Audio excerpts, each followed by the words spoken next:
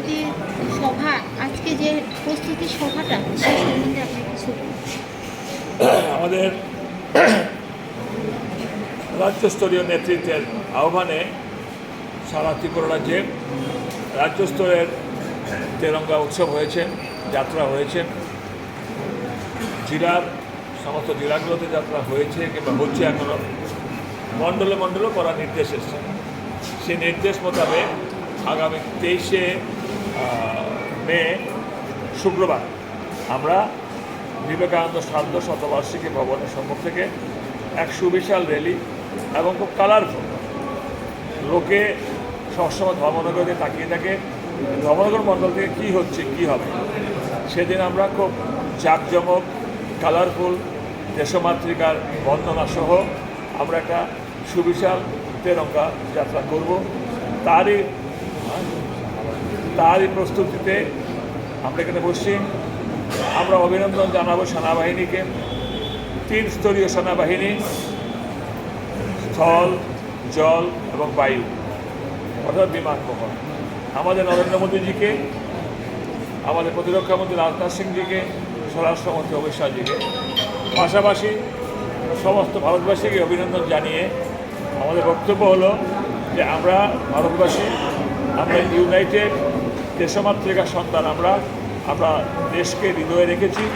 পাকিস্তানের বিরুদ্ধে যে বিজয় মনোভাব নিয়ে ভারতবর্ষ লড়াই করেছে, তারই রূপরেখা ধরে আমরা আগামী শুক্রবার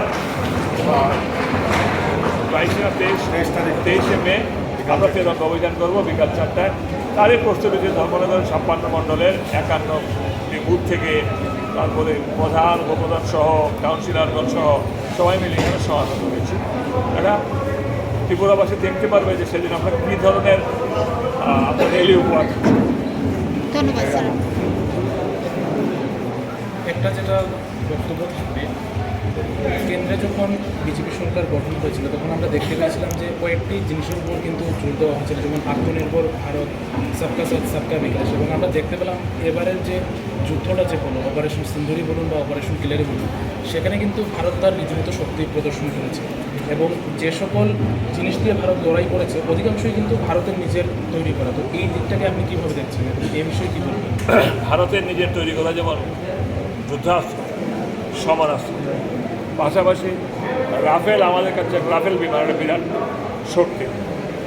এখানে বলতে হবে যখন রাফেল বিমান কেনা হয়, যখন রাশিয়া থেকে S-400 বিমানগুলো কিংবা ড্রোনগুলো আসে, এই কমিউনিস্ট পার্টি এরা তখন তীব্র বলেছিল, প্রতিবাদ করে মানুষের যেগুলো লোক কল্যাণে ব্যয় না করে সমরাস্ত্র ব্যয় করছে। এখানে দুটো পয়েন্ট। একটা পয়েন্ট হচ্ছে যে আমরা আত্মনির্ভর ভারতে নরেন্দ্র মোদী ডাকে আত্মনির্ভর হচ্ছি অর্থনৈতিক দিক দিয়ে, সামরিক দিক দিয়ে। অর্থনৈতিক দিক দিয়ে মজবুত না হলে সামরিক দিক দিয়ে মজবুত হওয়া যায় না। এটা কিন্তু উত্তর কোরিয়া না, ঠিক আছে কিনা, যে আমরা করবই। অর্থনৈতিক দিকে উন্নয়ন হয়েছে বলেই সামরিক দিক দিয়ে ভারতবর্ষ অগ্রসর হতে পারছে। আমরা এই অর্থনৈতিক বলে বলিয়ান হয়ে নরেন্দ্র মোদীর নেতৃত্বে এই যে সমরাস্ত্রগুলো আমরা দেশে তৈরি করতে পারছি, বিদেশ থেকে আরও বেশি উন্নত মানের অস্ত্র আনতে পারছি। আর আমাদের দেশের সমরাস্ত্র এখন এই মুহূর্তে বিদেশে বাণিজ্যকরণ হচ্ছে। এটা একটা প্লাস পয়েন্ট আমাদের। এবং টোটালটাই হচ্ছে under the leadership of prime minister Shri Narendra Modiji.